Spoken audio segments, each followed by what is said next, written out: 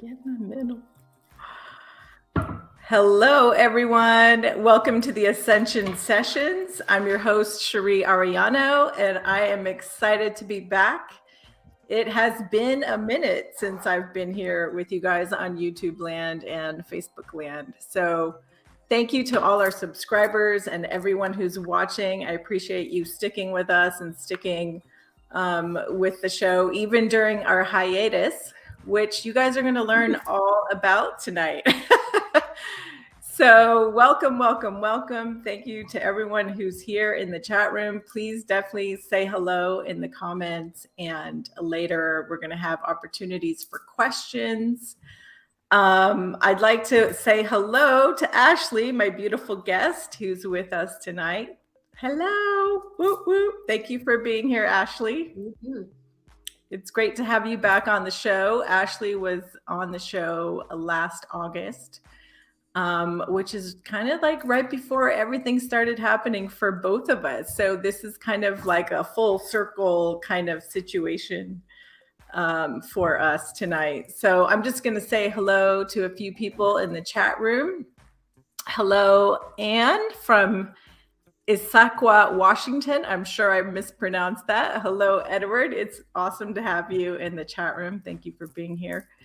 And hello to Carol Jacobs. So happy to have you. And Carol. Glenn. Hello to Glenn and everyone else who hasn't said hello yet. We're excited to be here. So I'm sure some of you know Ashley, but for those of you who don't, I'd love for you, Ashley, to tell everyone what you do and who you are. Just Sure. much as you'd like to share. Okay, so 2 hours later, I'm just kidding. So for those of you that don't know me, I'm Galactic Ashley, and I channel divine guidance for Starseeds, connecting them to their star families and galactic lineages. I use light language frequencies and work with your cosmic connections to bring in high frequency healing. And next week, we start a 10-week galactic guided intensive, which is called the Light Language Activation and Healing Program. And in that program, we go over all modes of light language. So written, sound, verbal, toning, singing, moving, dancing, and signing. And so you can get there from the main page and just let me know that you found your way to me through Cheri, and then you will get a discount. So awesome. Yeah. Thank you. Thank you so much. And to all of you who may be new to the show, my name is Cheri Arellano. I'm the host of the Ascension Sessions. And I'm also an energy healer, and I'm a maker. I make awesome healing tools such as crystal jewelry and essential oil elixirs, all infused with wonderful healing energy. So that's kind of what I do. And I'm a Syrian Starseed, and I'm here to help everyone on the planet who needs more healing in their life. So without further ado, I think we should get started. Technology. I've put Ashley's website up on the screen there, galacticashley.com. So anyone who wants to go check out her course offerings, that's where you would go to see what she's got going on. And also, if you want to check out my website, it's cheriarellano.com. So you can go on there and see what we've got going on. Okay, so enough. And last thing, if you haven't subscribed, please subscribe on YouTube and hit the bell for notifications so you guys can be up to date with what's going on.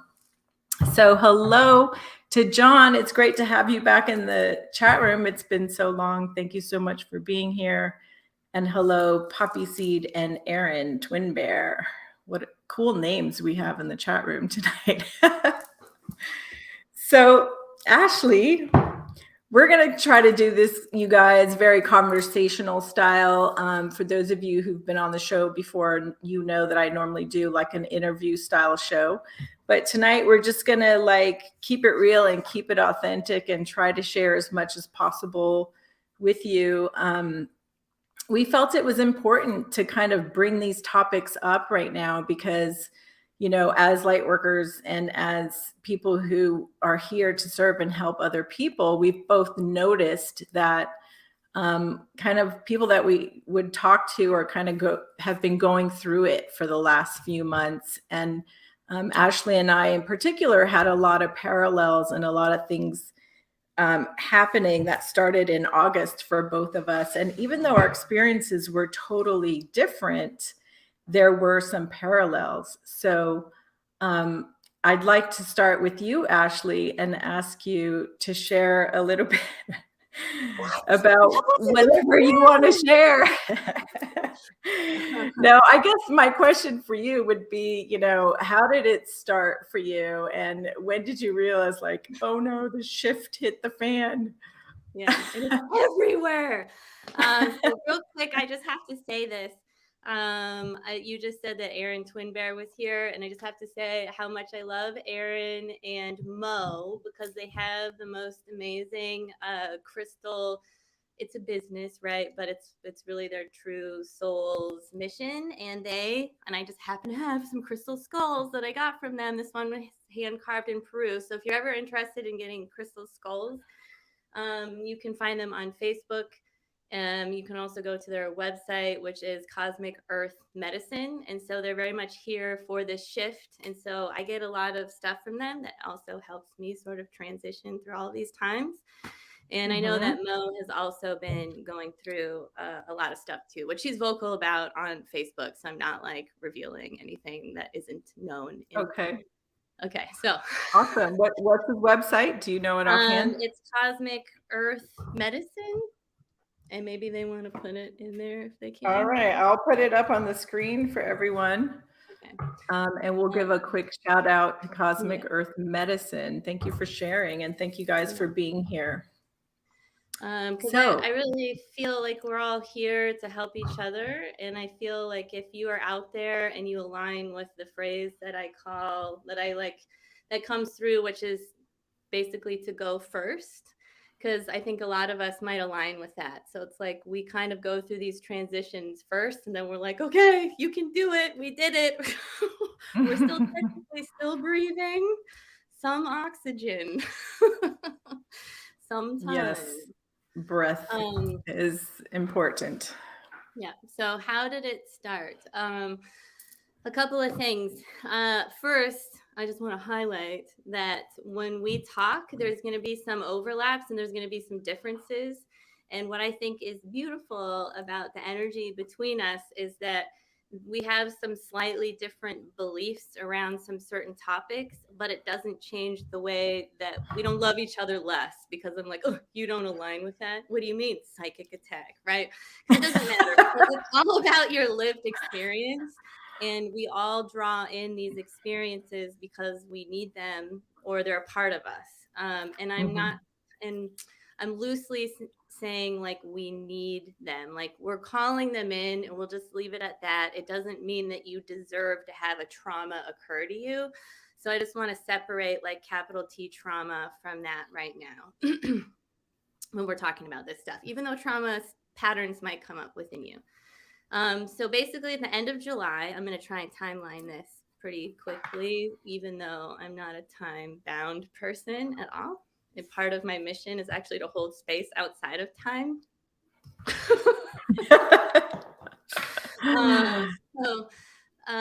You can jump around if you'd like. I mean, because really all of time is happening once, and I organize time in my body through emotional experiences.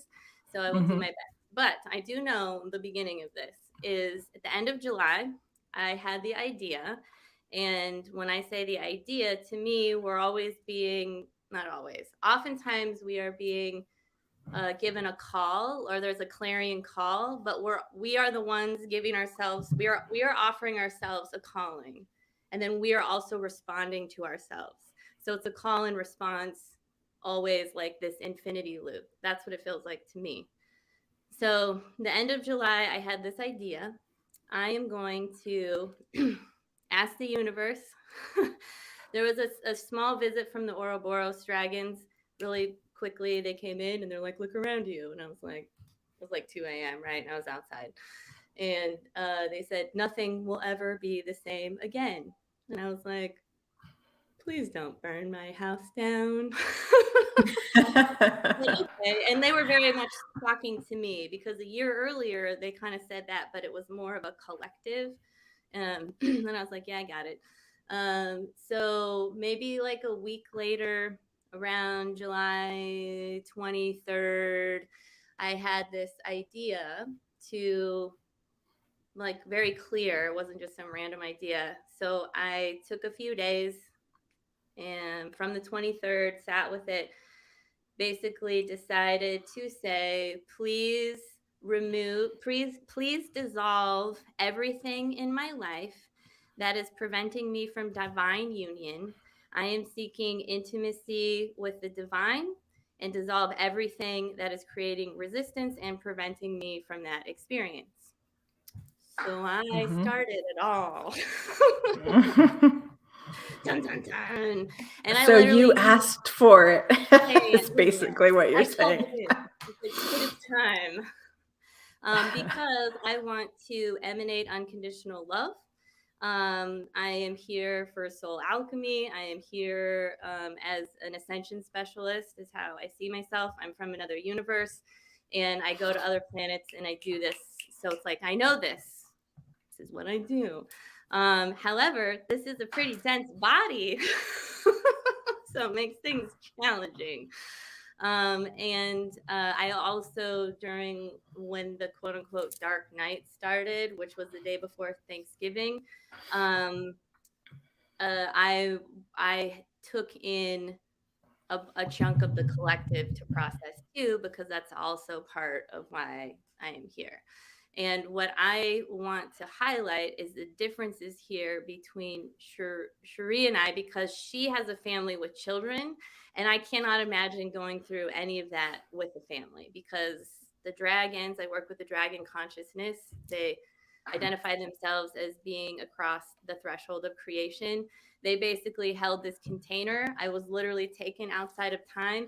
Every appointment that I had was removed. Thanksgiving was canceled. Christmas was canceled.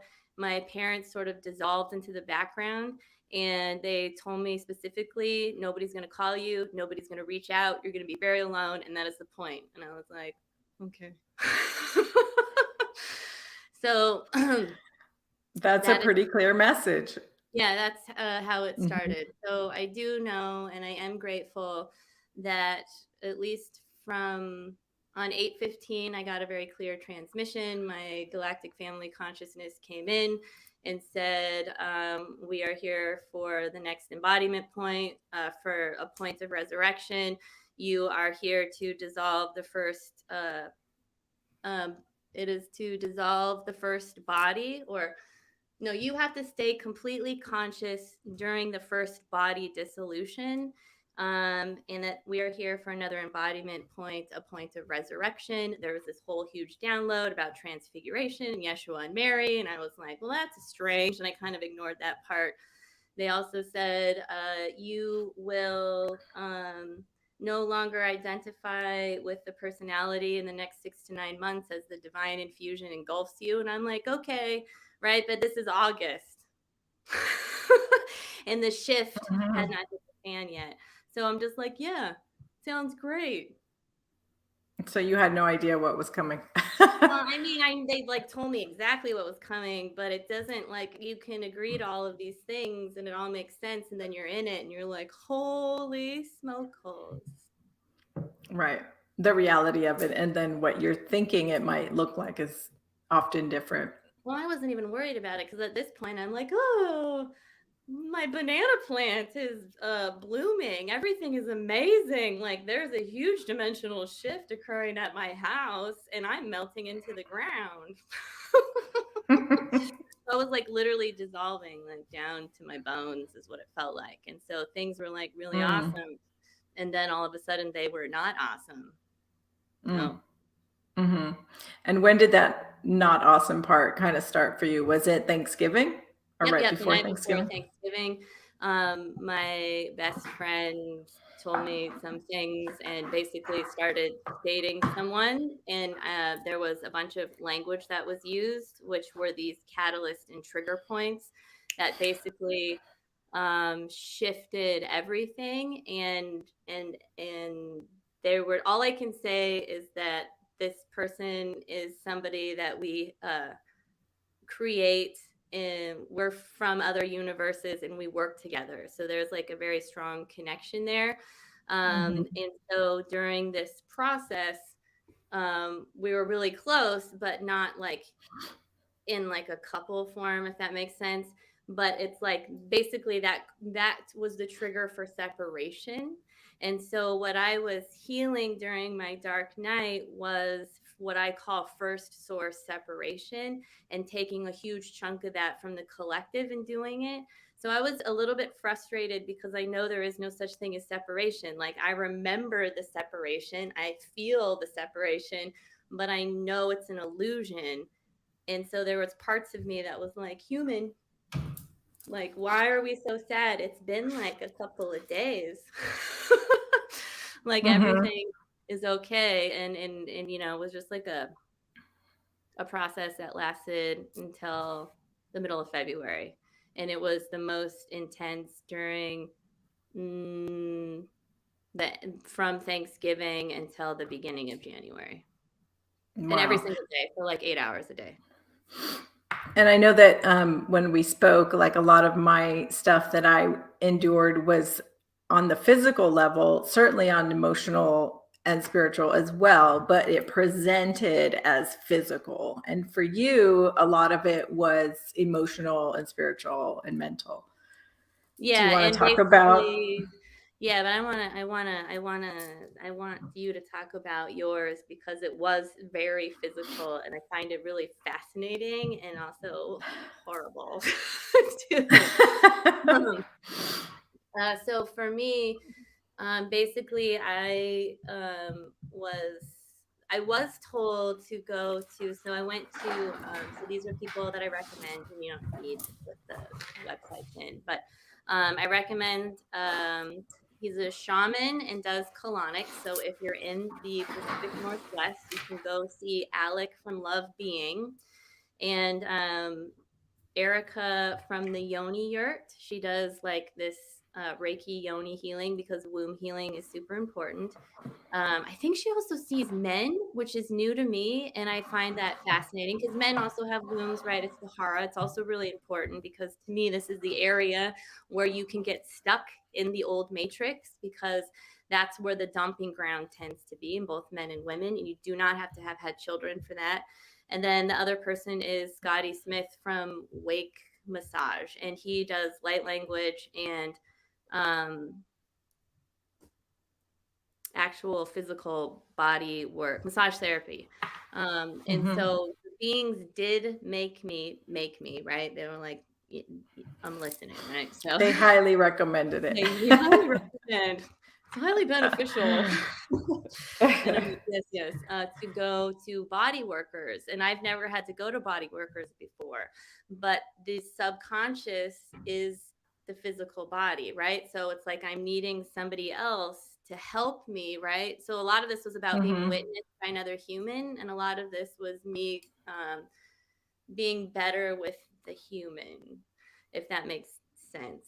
So there was a lot of physical stuff, but not like you. And the majority of it was me going into internal landscapes and going straight into the darkness and looking at everything that was dark and going, sobbing, separation. Like, my body hurts. I was barely sleeping. I have a vortex at my house that was just sucking all of this stuff out of me like a giant vacuum cleaner. So I'm grateful I didn't have to like worry about random stuff.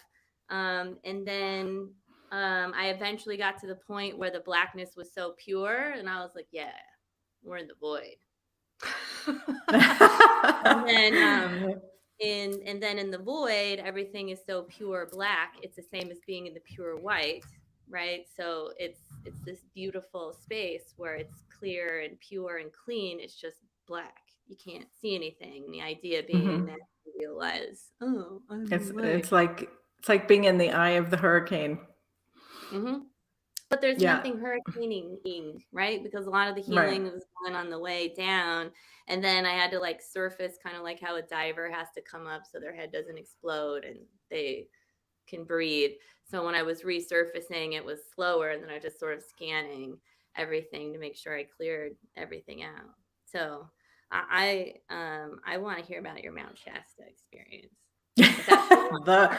The infamous Mount Shasta Yeah, which is experience. really funny because when Cheri and I did the last show, we talked after, and I'm like, "You're always connected. I want to go to these things," and I'm glad I didn't go. I wasn't supposed to be there because I'm like, that was the thing that I didn't go to. Yeah, that was a trip. So thank you for sharing your story, Ashley. That was, I mean, we're going to share more, obviously, but yeah. So for me, it all kind of started in August. The end of August, I went to Mount Shasta, which, as we, many of you have probably heard that it's, a place where you go to heal or get your stuff stirred up, because it will make you look at your stuff, and it's the root chakra of the earth. And so oftentimes what comes up there is root chakra. I remember one trip to Mount Shasta, I started crying like halfway up the 5, the freeway up there, and I was like processing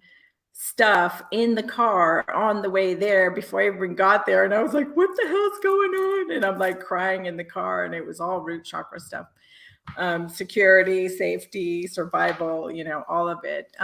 But this time I went to go to the Hierarchy of Light conference, and I was staying in this Airbnb with a couple of other women. And, I won't go into all the details because it's a long story and you guys can read about it on my website. But to make a long story short, I was staying in the attic of this old 1800s Victorian style house. And I came home from the conference one day and I noticed that my bed was like disheveled. I remember not making it that day, but it was like different. And for some reason, I went straight to my pillow and I picked up my pillow, and underneath my pillow was a dirty, brittle, dried up condom that had no business being there. I was the only person sleeping in that bed. I wasn't having any guests over, and I was like, what the hell? Like, everything started racing through my mind of like, did somebody use my bed inappropriately? Is this a joke? Is this witchcraft? Are the other women in the house like doing some weird voodoo on me? And my friend who was there with me, we did a space clearing immediately. Like she happened to have sage and musical instruments in her car, and so we like cleared the whole upstairs, and I did a clearing on the house. But I knew like I couldn't do the whole house because other people were sleeping downstairs, and I was just completely baffled at like, how did this old, dry, brittle condom get under my pillow? And it was so brittle. It was like, it looked like it was 20 years old. Like it had tears in it. It wasn't something that was recently used. So to make a long story short, a few days later, I was at an event still in Mount Shasta at like after the conference, it's like an after party kind of thing at someone's house. And I hooked up with this woman named Laura Van Tyne, who does portal work, and she goes in and she removes dark entities and she does all kinds of crazy stuff. And her and I started talking, and she's like, okay, we're going to clear this right now. She's like, I heard about you, because she was a friend of my other friends. And we go into this deep meditation, and we end up closing a portal that was underneath the house. We find out that there was this old man, ghost spirit in the house, who was in training for how to be a trickster by these lower entity beings who were living in this portal. So we ended up closing the portal, and the message was, I was like, why did he pick me? Why did he pick me? There's 4 other women in the house. They're all intuitive. He could have picked anyone. And the reason was because I was the person who did space clearings, and it was like a lesson that I had to go through. I had to receive that apport to be the one to close the portal and go through that whole experience. It was a really wild thing because he knew that I would not like leave it alone. He knew that I would not leave that house until I got to the bottom of it. You know what I mean? And ultimately his soul needed saving, and it needed to be sent back to the light and taken out of the lower fourth, because it was essentially trapped in the lower fourth dimension. So that was kind of like the kickoff to all the high strangeness. And shortly after that, you know, so just backing up a step, like all of 2020 and 2021 for me and my family was about moving. It was about finding a new home in a different state than where we were living. We were living in California at the time. And so on early September, we headed out for Arizona, and we had already driven to Florida and back. So we had this massive road trip in 2020, still hadn't found a place to live. We decided to check out Arizona. In September, we ended up going to the Phoenix area. And to make a long story short, we made an offer on a house on September 11th, right? And then the shift hit the fan. From that point on, like September was a really difficult month. I was under psychic attack by a family member. I remember it vividly. It was very physical. I was battling in the astral. And so what I've learned through this process is that it wasn't actually her. It was like her shadow side. So her shadow side connected with these dark beings in the lower fourth. And so when we battled in the astral that night. And the attack wasn't even on me. It was on my husband. And I basically intercepted it. Yes. I have a question. Pick me. What's your question? So okay, so what's interesting about this part of your story, because I think that because a lot of people, my sense is people, everything is a psychic attack. Because there's a couple of things that I just want to like throw out there for a second. One, everything is a psychic attack for a lot of people, and everything is a dark night of the soul for a lot of people. And I just want to clarify, because Can you explain what you mean by that? yeah, so I think it's really important to have dissension language, because I believe that we need to talk about dissension, because dissension is a part of ascension. And if you're descending, it means that you're taking care of your stuff and you're not spiritually bypassing, and you're moving through that so that you can ascend. And ascension and enlightenment doesn't really mean that everything is easy. What it means is that the challenges come and you move through them easier because you have a greater and higher sense of self, and what I call faithing, which is not a real word, but it should be a verb or like an action, because it's you having faith in yourself to be able to move through these things, because it's the trust in yourself to know when to make decisions and then to move through those decisions. And somebody just wrote, sometimes it's your shadow attacking you. Yeah, that can also happen too. But here's the thing is that a bad day does not equate to a dark night, right? And to me, you are the only person that knows if you've had a dark night. So if Cheri says this is a dark night, it's a dark night, and she's had a lot of things that I might look at and be like, holy smokes, like thank you, I love you, I'm glad that is not on my plate, because that's a lot. And so that's something that I actually have a spiritual practice of. When people tell me these really horrific stories and I haven't had that experience, I thank them for sharing that, because they're going through that. I don't have to. So we can support each other when people are going through traumas and things to release them. So I went through a divorce and all kinds of things were happening. None of that was a dark night. None of it. It was a challenging time, but it was not a dark night. And I had this moment the day, I just call it the night before Thanksgiving. The dark night. I'm like, this is an absurd reaction to what is happening right now. Like Mm-hmm.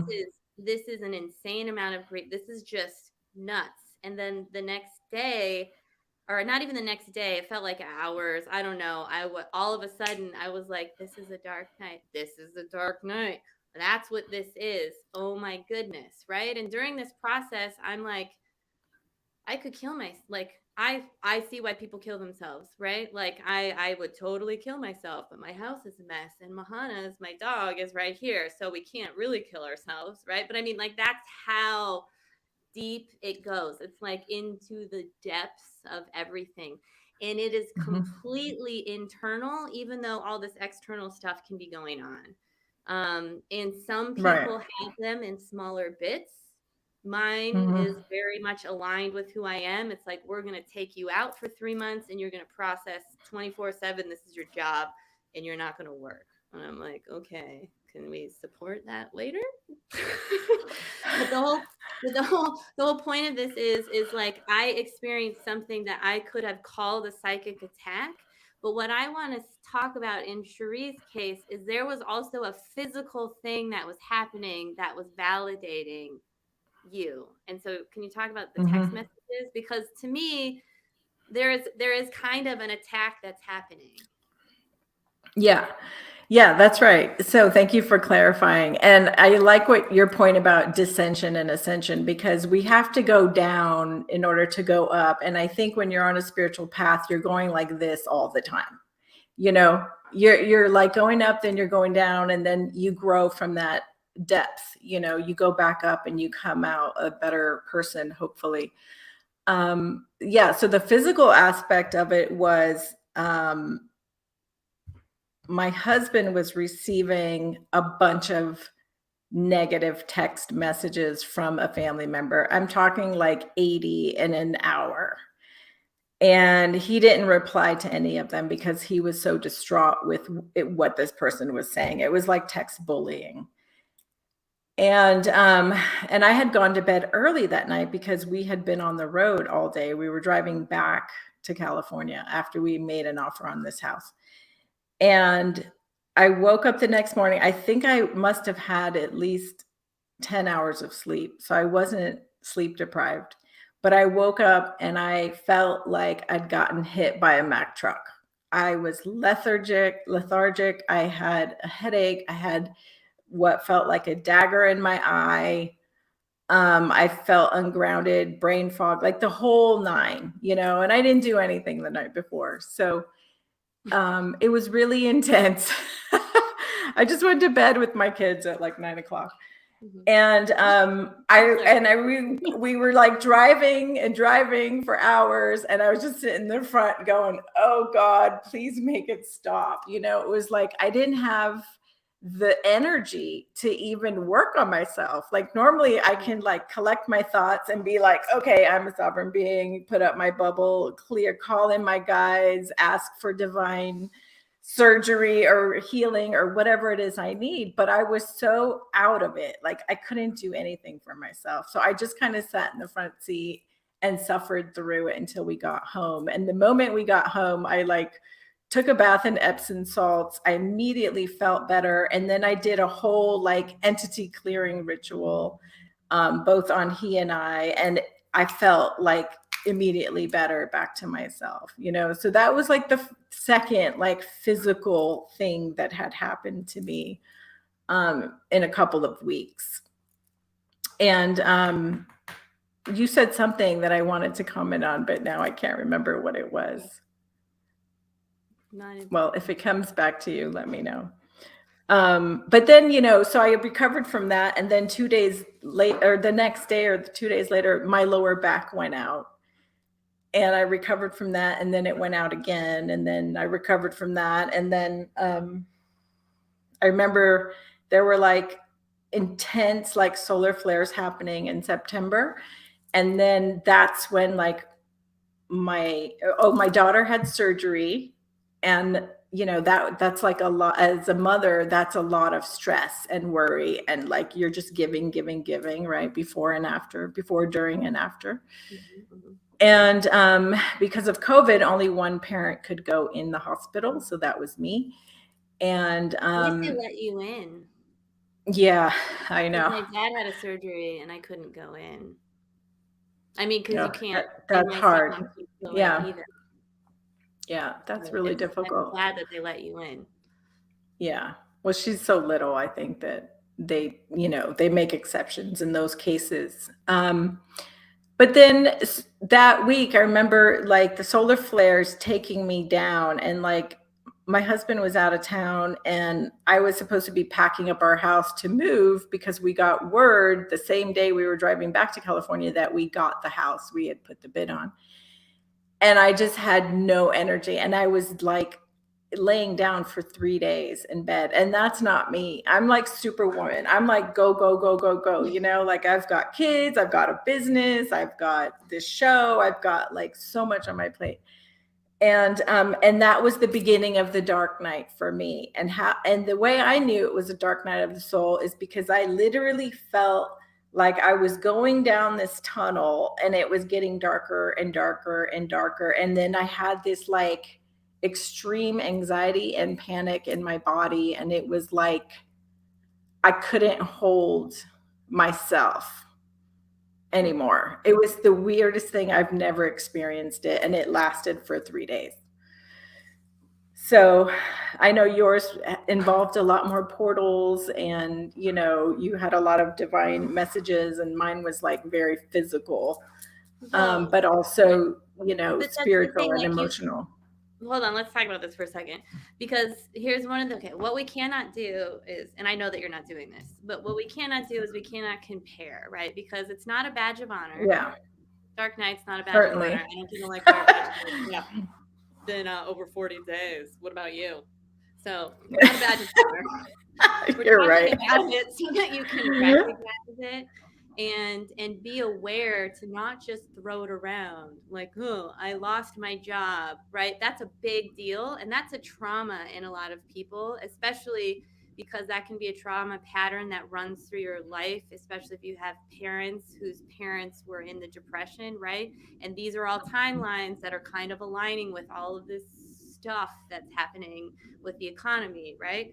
So those are traumas, right? So I'm not taking your trauma away from you. You can have your trauma, but just to be aware of when somebody says a dark night, like it's a really big deal.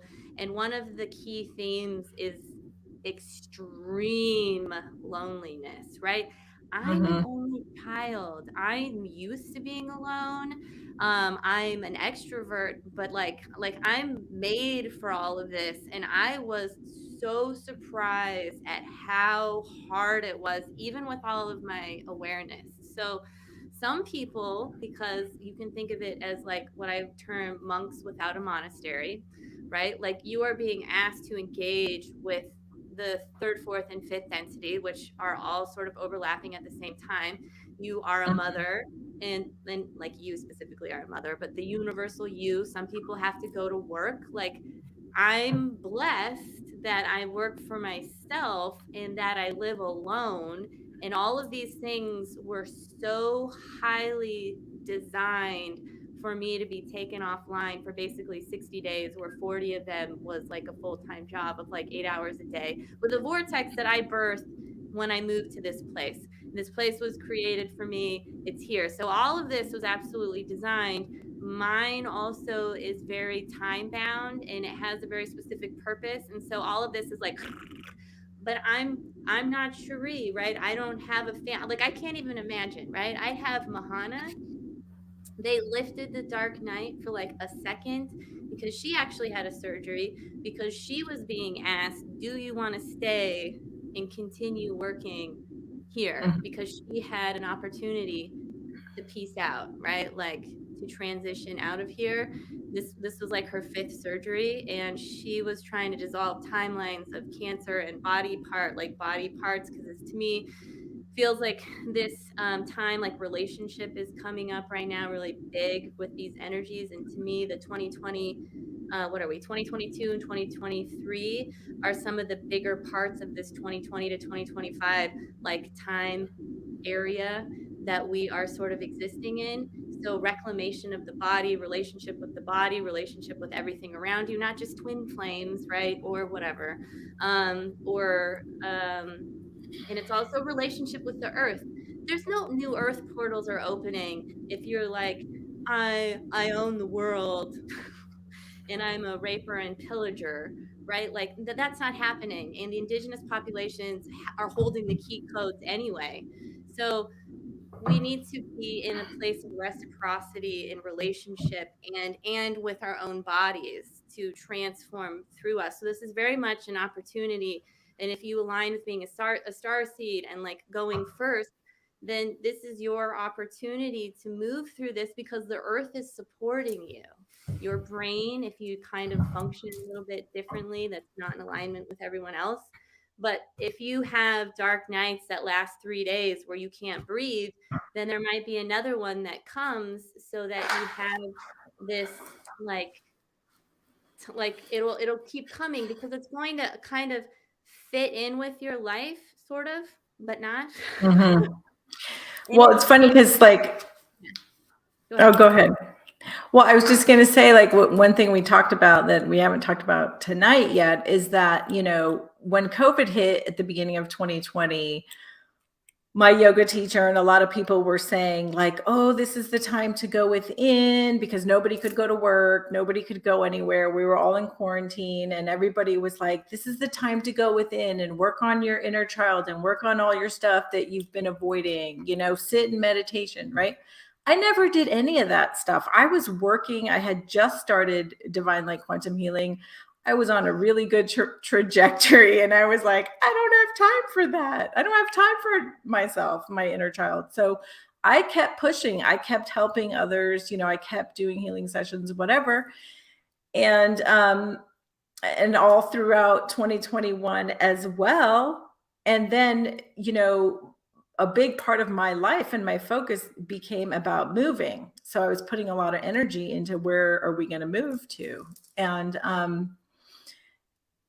then it was like, as the end of 2021 came, I feel like it was my guides and my inner child saying, okay, you've pushed this off long enough, but now we're going to start nudging you. And now we're going to start really making you look at yourself and focus on yourself and do the work that you haven't been able to do because you've been helping other people or focusing on the 3D. So, you know, it was kind of like you were saying, they were nudging you and they were like saying, you have to do this work. We can't get away from it. And so I haven't even gotten to the climax yet, but please. I want you to share more of your story before I get into the rest of my crazy December. Because right now we're just in like October of 2021. And I know for you, it started prior to Thanksgiving, but a lot of it like, yeah, but that was like, I was just crying, but it was like different crying and I was still like functioning, but I was also like, oh, I feel amazing and loved and la la la. Like it was at the start of it, but the dark night triggered the night before Thanksgiving, and that's where everything got really intense. And I was also like raised Catholic, so I understand St. John of the Cross and like I do a lot of alchemical soul alchemy because we work with dragons, right? So everything's about alchemy and bringing things into union within the body and within yourself. So I am so grateful because it's like my galactic family consciousness just hardwired themselves like directly into my brain, because during the dark night there is a ton of illusion. And so it's the illusion that can kind of take you offline and make things last longer. So frequently, part of what the dark night is that there is the separation between God and source and all of these things, right? So you feel an absence of any sort of presence. So I didn't have that, but I felt the separation, just huge, like just grief. And so when I asked, I'm like, I need because I just didn't think that the human could feel this much pain, right? And I've had a lot of traumas and stuff in my life, as I'm sure a lot of people have, because Starseeds love to front load their life with stuff. so that you can be like human. Oh man, I signed up for this. Like, oh yeah, so transmute. That's Fast a good forward. All point. right, I'm online. Let's do this stuff, people, because we got things to do because the ascension is here. The earth is shifting. Now is the time. So when I'm going through this, I'm like, okay. I remember it's so weird. I'm like opening the refrigerator and I'm like not hungry. I have no energy to do and like literally nothing except for just deep cry. Like my body was exhausted. I was exhausted. Mhm. The only time I left the house was to go to any of those 3 body workers that I mentioned, and then for Mahana's surgery. And she had a cancer flare up again, and she has Mahana's her dog, in case yeah, anyone Mahana's didn't my hear dog. that. Yeah. Yeah. Okay, so Mahana is my dog. So she's over here sleeping, so I'm just gonna leave her alone. So she was being offered like, should I stay or should I go now, right? Like, so, and I have to stay out of it because animals are sovereign too, and we've had a lot of lifetimes together. This is not like our first go around. Sometimes I feel like anytime you show up on a planet, you get an animal, like, watch out, because you're probably gonna be alone. That's your buddy, and you're gonna be doing work together, and you hold space with each other. So I was like Mhm. really pretty upset about that. But I had to let her make her choice and then trust that she can transmute this herself. And she did. And she's here and she's rocking it. And so here we are. But the whole point of that is that was like they lifted a little bit of all of this sort of like intensity for like a day before and a few days after so that I could pay attention. So I'm not saying that having your actual human child go into surgery is even remotely the same, but there's still a connection there. And for me, it was like, okay, I'm going to make her food. I'm washing my sheets and I'm washing her blankets, right? Because there's a little bit of energy and now I need to capitalize on this energy because before that, like I hadn't Mhm. washed the sheets, which is disgusting. And I hadn't touched the kitchen. I didn't do dishes until the end of January because there was like literally, there was no energy for anything but Mhm. healing. Like that was it. Like nothing. And Yeah. I was just totally offline. I rescheduled all of my sessions that were in December. I'm like I can't show up for anybody right now. And I'm just really grateful that those people like get it. And so it was fine. And so I only started doing sessions again at the end of January. Like the first one was like January 27th. And Mhm. that's like a long time to be like, Yeah. so the beings are also like, yeah, so how much do you really believe in prosperity? And, so I'm Mhm. like, I believe. It's funny you said that because I feel like there were like little pockets, like days, 3 days, 2 days here of like befores and afters where I felt normal, in between all of that. And then I had to like get things done. And then, something else would happen, that would like take me down. So it really was like this. It was like a dissension and ascension, like for months on end. Mhm. So yeah, thank you for sharing that. And I'm so glad that Mahana is still here with us today, that she chose to stay. That's awesome.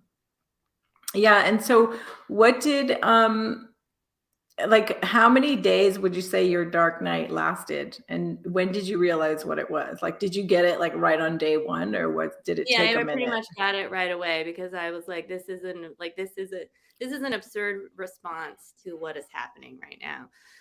So Mm-hmm. first I just thought this is just trauma because a normal trauma response to something is that you literally get triggered by something and then a Yeah. trauma shows up. And so at first I Mm-hmm. thought that's what it was. So it took me like maybe 36 hours. And then I was like, all of a sudden I was like, this is a And dark do you night. think how much of it was related to your inner child, like childhood stuff? Well, what happened was, okay, so I have very weird inner children. So don't listen to me in my inner child work because I'm not saying like, oh, I'm so special and rare.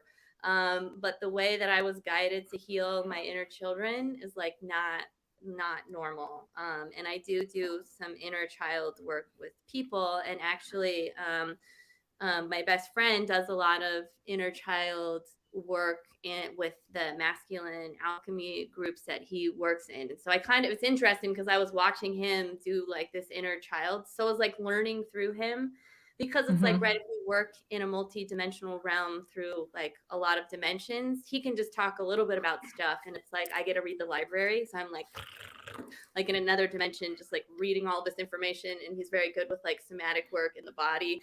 And so I'm just like reading and getting all these downloads and extra information.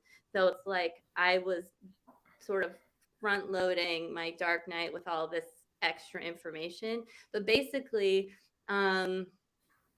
I don't see, and I didn't see my inner children. They would sort of like show me themselves, like I'm the infant. I am the one that's actually protecting all of you, because I had horrible experience, and I basically took my yoni and blew it up into a million pieces and like spread it out into the universe so that it would be shut off, so that the rest of me wouldn't be hurt. And I'm like, all right, sister, you forgot that I'm actually really good at gathering space dust, right? Because another part of why I'm here is because there's been a lot of we'll just say reptilian consciousness, which we can call the opposite of Christ consciousness, that has through other time periods in Earth, have during these other explosion timelines, there have been parts of really large consciousnesses that came here to try and do some work that exploded.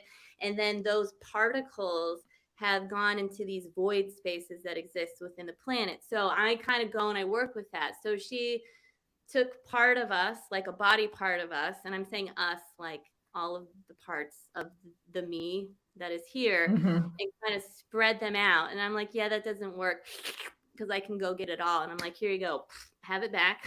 And she's like, all right. And basically all of these inner children were more like warriors, because it's like, as soon as I went into this space, it's like they all transformed, and it's like they're not even me. They're like these other 9 other beings that were me, that were basically protecting like these inner terrain parts of me, and protecting this 0 through 5 part of me, which is another chunk of me that I actually don't remember. And that is coming up in a couple of weeks, right? So the beings are like, the next 2 to 3 weeks, this is your wave 3, you know? And I'm like, all right, but it's gonna be as uncomfortable as wave 1, but different. And I'm like, okay. So do you feel like in that, it sounds a little bit like a soul retrieval. Do you feel like you healed anything? Because we talked a little bit about having narcissistic parents, and I don't know if you want to talk about that part of it yet, but I will. So they were inner children. And sorry, there was a weird delay. I'm not interrupting and or talking over you, but that's exactly what just happened. So they were inner children. They just shifted because to me, and my belief is that when you can find shame, which by the way, shame, the frequency of shame and the signature of it is a tricky sucker to find, because you have to be right on top of it. And the signature of that to me is very much a distorted light code. And that's really dim. And it's also hiding from you. So I remember coming across that and was like this close to my face. And I was like so excited, because I was like, that is shame. That is shame. That is a frequency of shame. So I can download it into me. So when I'm with somebody, I will know if it's shame. Because shame is this very intense creative ability that you have as a child, but you don't leave that shame. You take that with you, when that is like this life raft or this boat that helps you survive. But after you've survived that period of time, you're allowed to leave it there, right? And in that, there is a gift. So I am very much like, show me the darkness, I'm going to it, I'm adept, this is what I do, give me the stuff that's behind it, and we'll transmute everything else. Like, so that's just how I am wired. And I know that it's me. Like, it's like, you want to be a monster? Okay, Mrs. or Mr. Monster, like, let's scream and yell, because you're not actually a monster. It's just somebody told you that you were a monster. And then if there's like a demon or something that's negative, to me, the devils are taking things apart, and the light workers are putting them together. So I'm like, oh, thanks, demon, for taking all of this apart for me so that I can see all of the parts and I know what I need and I'll put it back together again because I like putting things together. So I'm in this space and all of these, like, basically 9 master children. I'm like, all right, so you have something to show me.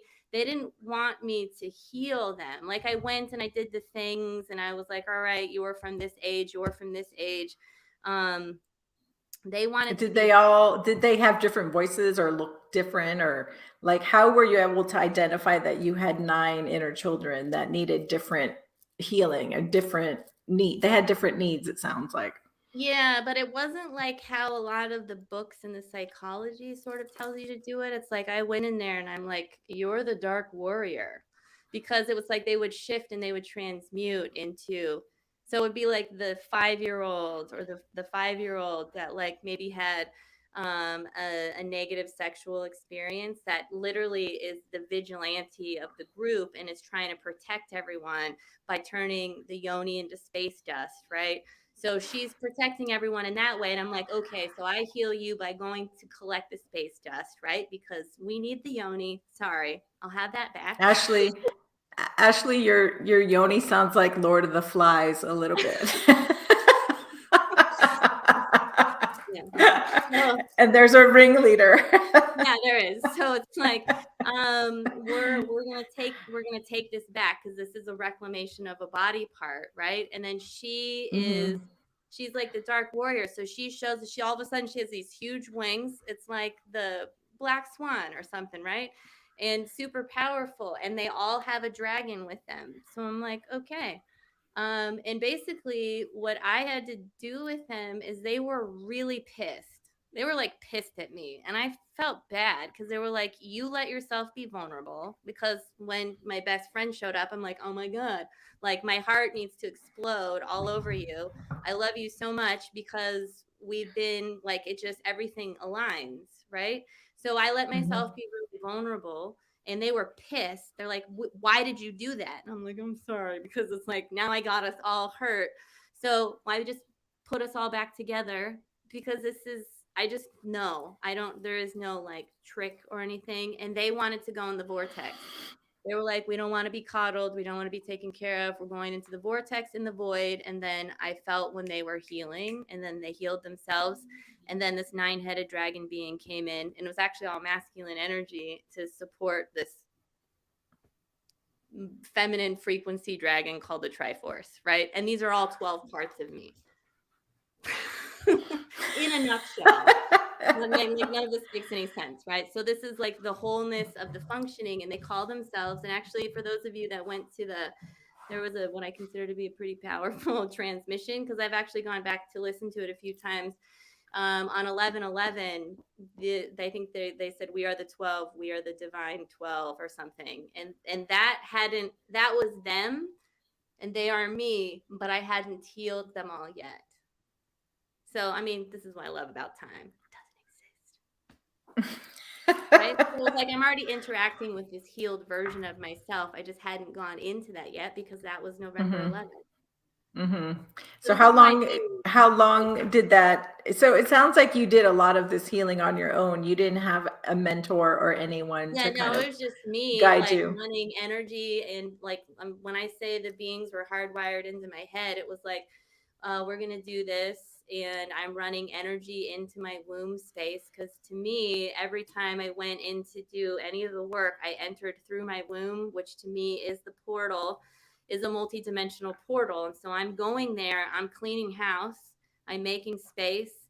My womb is not a dumping ground for your unprocessed emotions. I'm sending everything lifted and light and healed and forgive. If it's not mine, like it goes away. I'm not one of those people that's like, I'm going to send this back to the originator and multiply it by 10,000. It's just like, it's here. Let's just heal it.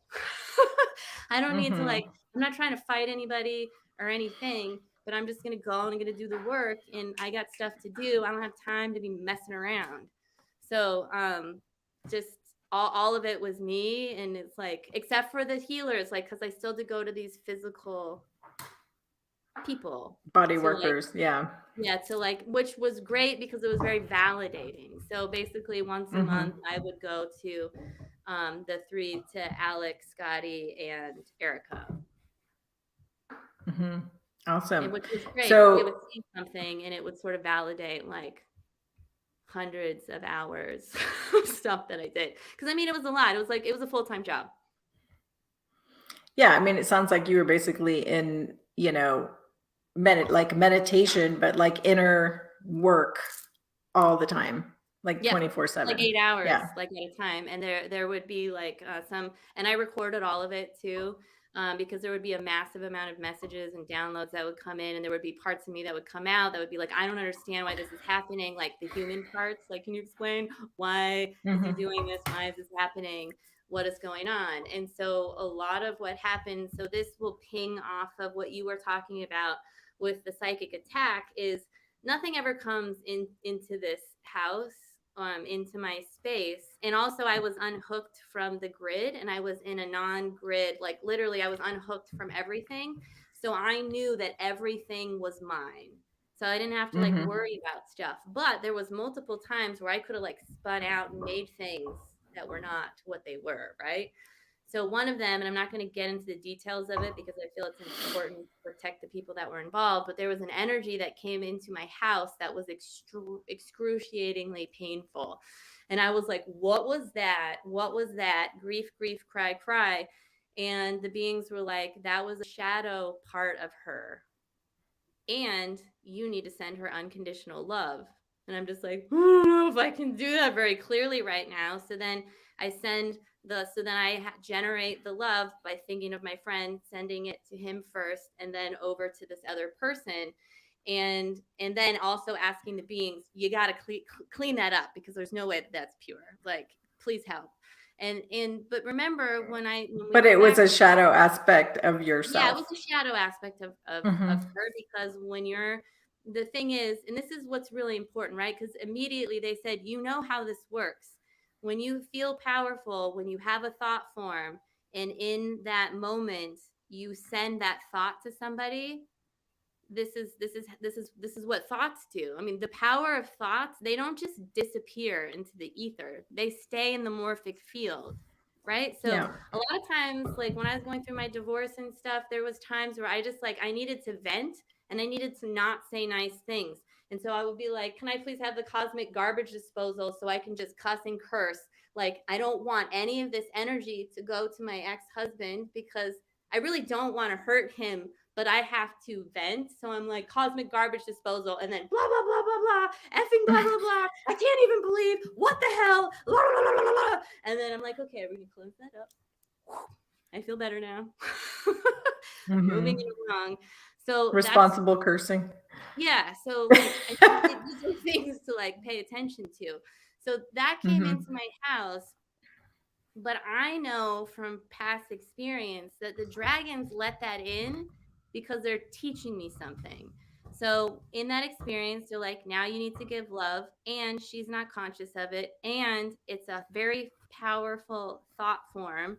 And it's not a psychic attack, right? Because to me, I am sort of like to me what you experience feels psychic attacky because the person's also consciously saying a bunch of things, and something Yeah. else is going on. And other people that I've worked with that have had psychic attacks, the people are beings that are humans.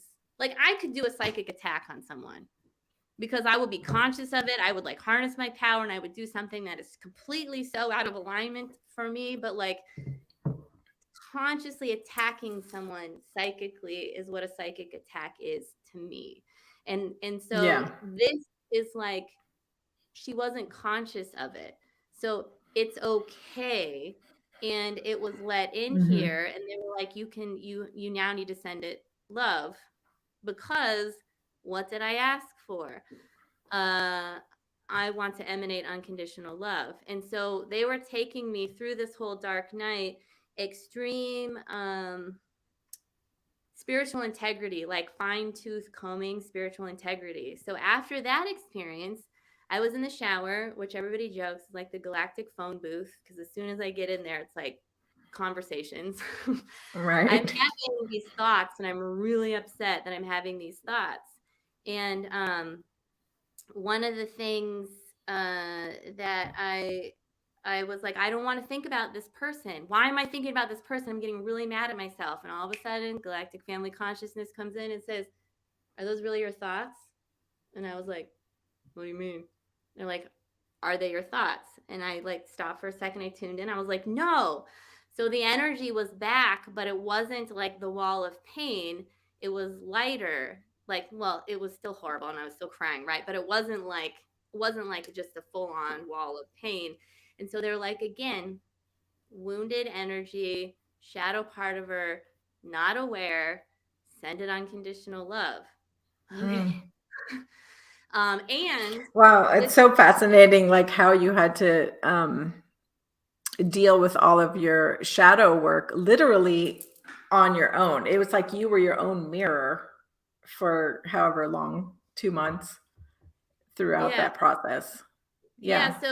So I then mean, I that know got, there were other humans around you who were involved in triggering some of that stuff, but right. But to me, that's what still, a dark yeah. night is you are very much alone. And I know that. Yeah. And normally people don't have the connection.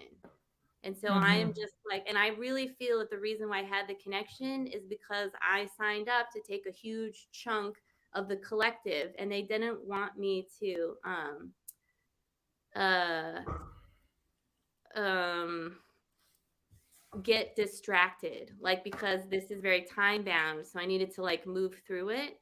And so because I was doing something for the collective and I agreed to do something for the collective, because when I came into this planet, I believe all of us have stargates for our You are hearts, if that frozen. aligns for you.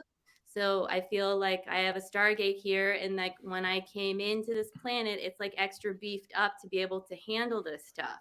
So it's part of why I'm here, to process things, right? So these Mhm. rogue thoughts are coming from a specific person, and I know what the frequency is. So this is just the second one. So they said, send unconditional love. And to me, the point of this was to not automatically attack myself, but to not attack anybody, but to recognize that that wasn't coming from me, it was coming to me, rather than just jumping in and being like, oh, you're such an idiot. Why are you thinking about this? What is your problem? And I was like, okay, so now I'm generating um so I'm generating unconditional love, right? I'm sending it, and then I'm wondering a couple of other things, and it's like, it's not your responsibility to make somebody aware of what they are unaware of, but it is your responsibility to respond to everything that you are aware of. So this is what I mean by fine tooth comb with spiritual integrity, because spiritual integrity is really important to me. And not once did I ever tune into her energy, because that doesn't feel in alignment to me. And I also Mhm. know that these energies, which were twice, and then there was one more after that, which was shortly after this one. And I'm like, what is this? And they're like, was that a thought form or was that a somatic feeling? And I was like, okay, so the somatic feeling first, and then I had attached a thought to it. And they said, the somatic feeling and the thought are not the same. So you need to unattach that thought form to the somatic feeling and just be with the somatic feeling. And I was like, okay. And then I knew at that moment there would be no more of that energy coming into the house. So that was a lesson. And this is how Mhm. it's kind of work. And then the rest of it's my stuff.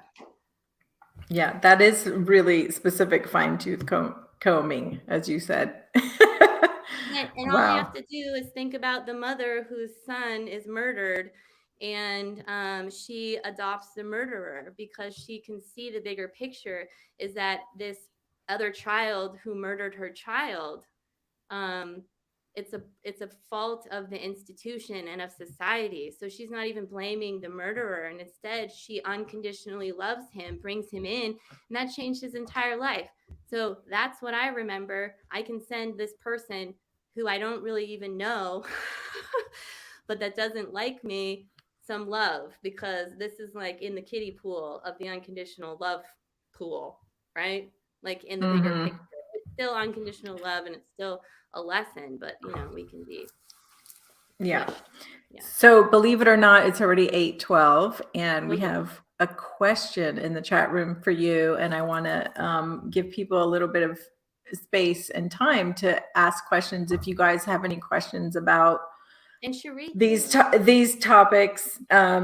You know, dark night of the soul, psychic attacks, inner child work. I think they're all I also want to hear related about in your a inner way. children, because my inner children, like, I don't imagine really ever coming across anybody that's going to say like all their inner children want to be chucked into the vortex that you birthed in your yard because they want to go to the void and heal themselves.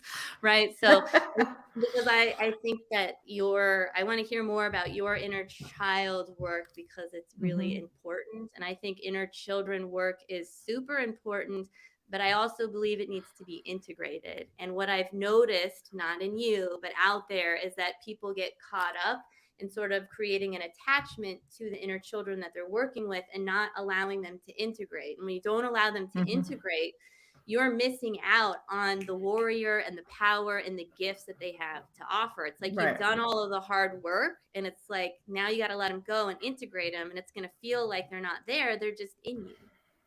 Right. Heal. Yeah, absolutely. I think most people who have inner child trauma suppress it, and it's just there all the time. And they're kind of in this reaction mode. You know, they're like triggered reaction, myself included. I mean, that's, you know, a lot of what was going on with me. So in November, we finally moved. We moved to a different state, and the first day I landed in the new house, I got hit with like intense allergies. And it was like I hadn't had allergies in 4 years, and everything came back like day one: coughing, sneezing. My face broke out in hives 10 times. I would go through breakout, dry, heal up, and then a couple of days later, breakout, dry, heal up. Like 10 times this went on. My face was completely reconfigured. Like I was swollen. It was disgusting. Anyways, it got so bad that there was 1 week in particular in December that I was going into anaphylactic shock every night. So I would cough, and my coughing would trigger anaphylactic shock. My throat would close up, and I couldn't breathe. I couldn't even go, like I couldn't even take my inhaler. That's how bad it was. And my poor husband and son were like running around after me with an EpiPen, like ready to stab me. And so this went on for like a month and a half. And I was so weak and so ill that I couldn't do anything. Like, you know, we both talked about how we just went into this cocoon, and it was like we couldn't do sessions. I couldn't do any creative work. Like I had nothing to give. I was just in pure survival mode, and I had, you know, boxes to unpack and children to take care of. Yeah, so finally, mother, you guys. Yeah. So well, it was funny. Parents out there, like, you got to give yourself some compassion because it's huge. Like you have nothing to give, and yet you're giving these beings that like need you lives. Yeah.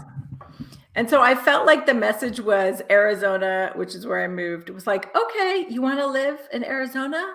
Well, welcome to Arizona, and we're going to kick your ass. And like, I've heard other people say, like, when you get here, the land is so intense. Like it just brings up all your stuff, and it really makes you deal with it. Yeah. Huh.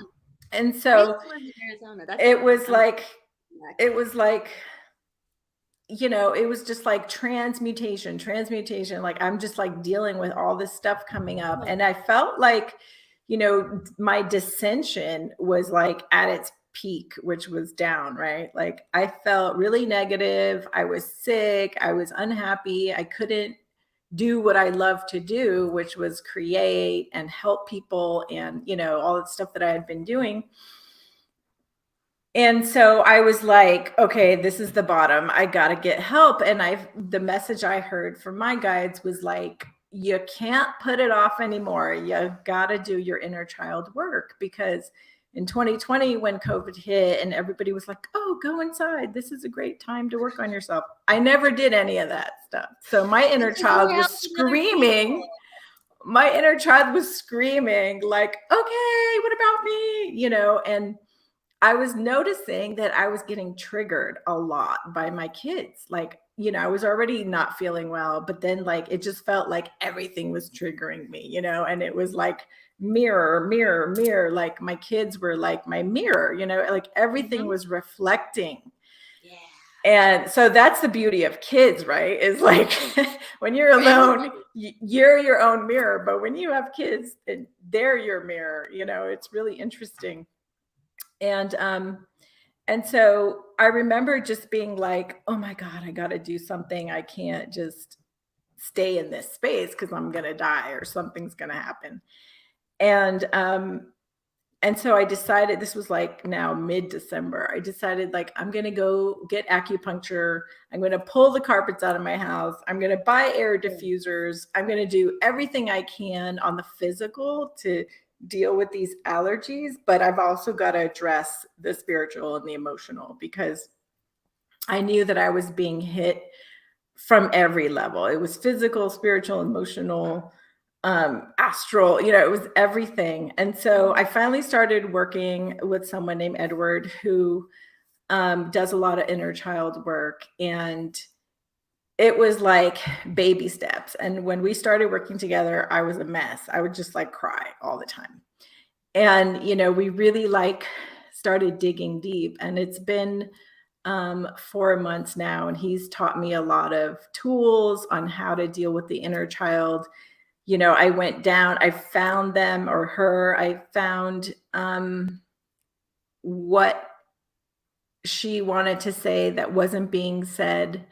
It was like really about being still and listening, and really listening to that inner voice and figuring out what it is that she needed, and self-awareness, self-reflection of like, oh, when I was a kid, we were told to be seen and not heard, right?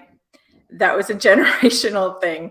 But that's what my dad literally said. It was like to the kids, be seen and not heard, And so realizing like, having that trauma of not feeling heard, and seeing how today as an adult, that inner child still has moments of not feeling heard, whether it's somebody interrupting you, or somebody not listening to you, or somebody disregarding you, or whatever it is. Like, it just comes up all the time, and you're like, why do I, get so triggered over this stupid little thing? Well, it's because you never healed your inner child. She's still carrying around that trauma of not feeling heard. So that's just one example.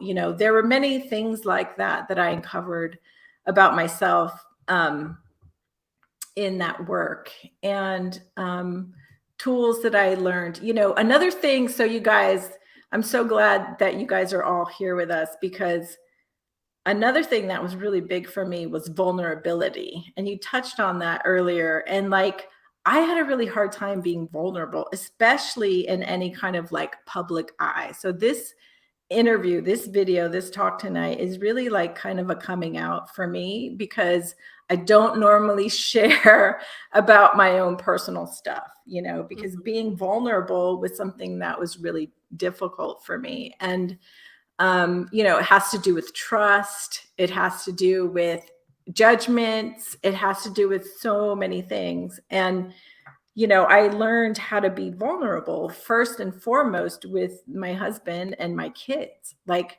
how do you be vulnerable when you're the mom, you're the superhero, you're the superwoman, you're on all the time, because you've got to be a provider, you've got to be a nurturer, you got to make sure they get out the door on time, it's just like you're always on. So God forbid you're sick and you can't get out of bed and you're vulnerable. That's just one way of being vulnerable. Another way is just crying, right? Like letting yourself cry in front of your family because all of a sudden you had a memory of something that happened when you were 5, and they're like, or in another dimension. And they're like, why are you crying? And you're like, oh, and it sounds really stupid to say out loud, but it feels really like important in that Mhm. moment, you know? And sometimes like we're taught, don't cry, don't let them see you cry, don't, you know, suck it up, hold it in, whatever. And so some people have a difficult time even learning how to cry or allowing Yeah. themselves to cry or finding ways to cry. So, you know, I did things like I watched certain movies or listened to certain songs that would get me to cry, get me to be vulnerable because I knew that there was healing in it. And I would see these things and I would be like, oh my God, there's the parallel. And I would see like the timeline connecting the dots to my childhood. And here's the parallel to this scene. And here's the parallel to this scene. Mhm. And now I know why that happened, or now I remember why I felt that way as a child. And so I could like honor my inner child and say, oh my gosh, I'm so sorry you felt that way. I'm so sorry that you had that experience, you know, and I love you and you're okay and you're safe now. So it was like 3 months of that, you know, and 3 months of having my daughter be a mirror for me and giving me opportunities to Mhm. heal, you know, those triggers and to like find a way to respond in a more healthy way, you could say. Um, so it was like, it was super intense. I finally, once I started doing the spiritual work and I went to see an acupuncturist and I got the carpets pulled out of our house because we had these old carpets in here, like Mm. everything started to shift. And I would Mhm. say by January, I started feeling a lot better and I started seeing like the light at the end of the tunnel. And, you know, it's still an ongoing process. And I think what I've learned through this is that inner child work, for me at least, this might not be true for everyone, it's kind of like a lifelong process.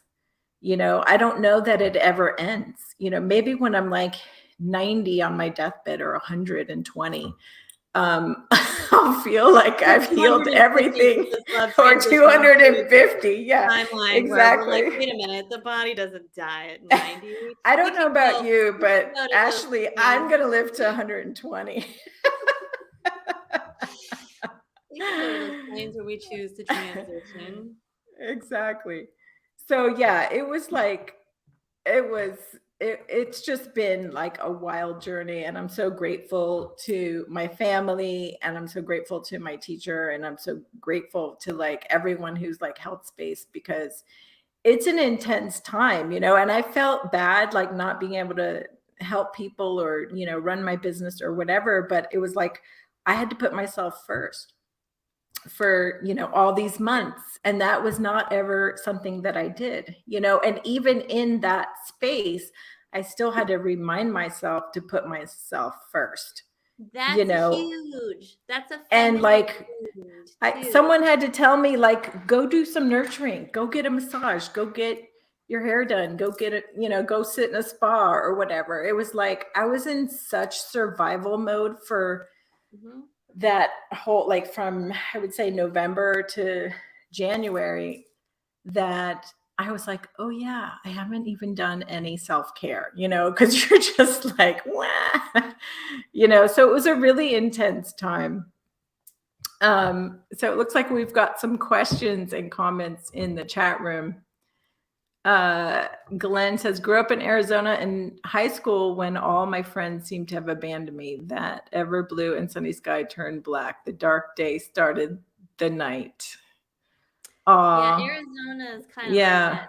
I mean, it's so open and it's so amazing that sometimes the summers are like winters, right? It's like reverse cabin fever because like 120 degrees outside. You're not going to be out like, oh, it's noon. I'm going to go outside and burn my feet on the asphalt. No, you stay inside with air conditioning, Right, right? So it can feel right. claustrophobic and separating. That was my Hmm. experience when I was in Arizona. I was like, I should probably go elsewhere during the summers. Yeah, I'm really grateful that the time we've been here, the weather's been amazing. Like it's been 60s and 70s and just really gorgeous weather. So I think in the summer when it feels like I'm in quarantine again because I won't go outside, I might have to leave and go somewhere else for sure, because we've had enough of that since 2020. So Carol says, totally relate to not being vulnerable with your family. I'm learning to do this. Yeah, that's a big one, Carol. It's like really huge that we can start there and be vulnerable with our families, because it's almost like when they've got your back and you feel safe in that space, then you can branch out and start to be vulnerable with more people, work, friends, whatever, extended family. And Valerie says, the healing never ends. I agree, Valerie. It's always going on. What were we going to say, Ashley? I was going to say, like, because we're talking about vulnerability and all this stuff. To me, and what I'm remembering about all of this is that safety is the antidote to fear, right? So in order to shift into survival, it's like, how do you find inner safety? What are the things, whatever they are? It might just be like I live by myself, but it's like I still lock my bedroom door at night, even though there's like another door to the outside. But that makes me feel safer, so then I don't worry about it, and I can close my eyes, because when you go to sleep, you die, and then you wake up again. That's how I see sleep, right? It's like an opportunity to die and to wake up again. And I would add love. I would add love to that too. Right. Love is the opposite of fear.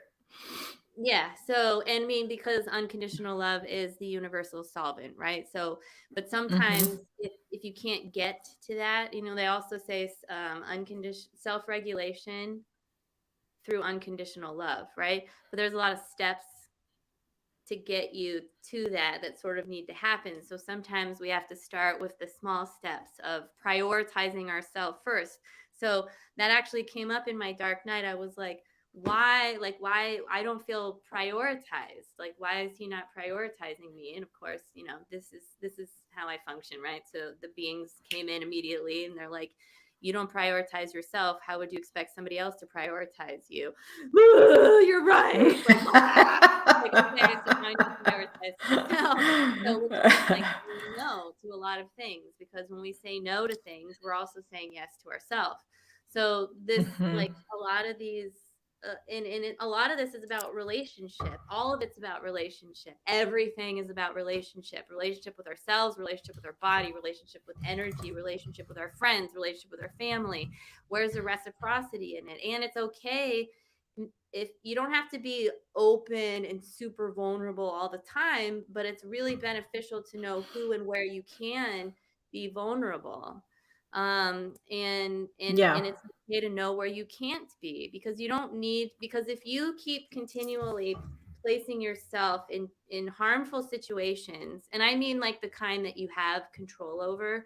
I understand that if you're in an abusive relationship and you've been married and like it's really challenging to get through. I have a channel that I haven't posted yet, but one of the things they said, the best thing that you can do is be 1% more sovereign, 1% more loving internally to yourself, especially every day. Just 1% more every day to you, not because there's anything wrong with you, but within yourself. And they were specifically talking to people that were in more traumatic relationships that they're trying to get out of, because those are really hard.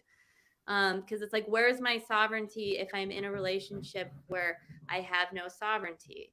And so what we were talking about, we might not really have time to get to, is we were talking about narcissists, because what I think is, for anybody here that was raised or grew up around a lot of narcissists, you have such an amazing opportunity, because you understand manipulation at a very finite level, and you can understand where these frequencies of manipulation are coming, how they're unfolding, and you can just see them. And that is the gift. So you know when and where manipulation is. You just don't need to be free of it, afraid of it, because we're older.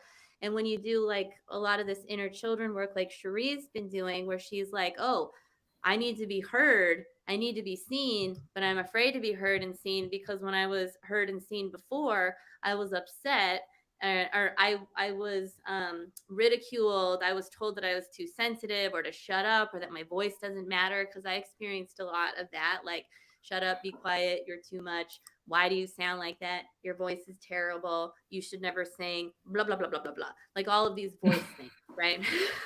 And so I think it's very good. Both of us actually went into like visual communications of some sort. So we're still communicating because we couldn't use our voices.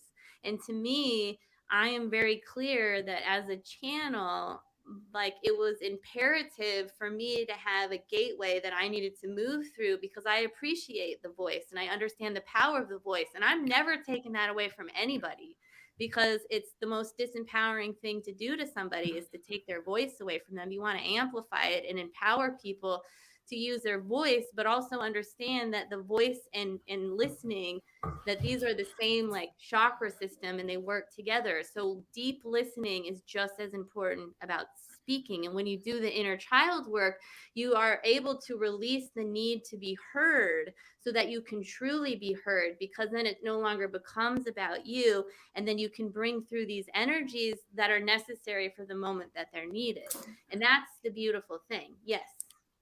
Can I say something? So I want to, since you're talking about the throat, since you're talking about the throat, I just want to share with everyone that when I was having all these major allergies, the number one part of my body that was like shut down was my throat. My throat chakra was just like, I'm out of here, because I was coughing.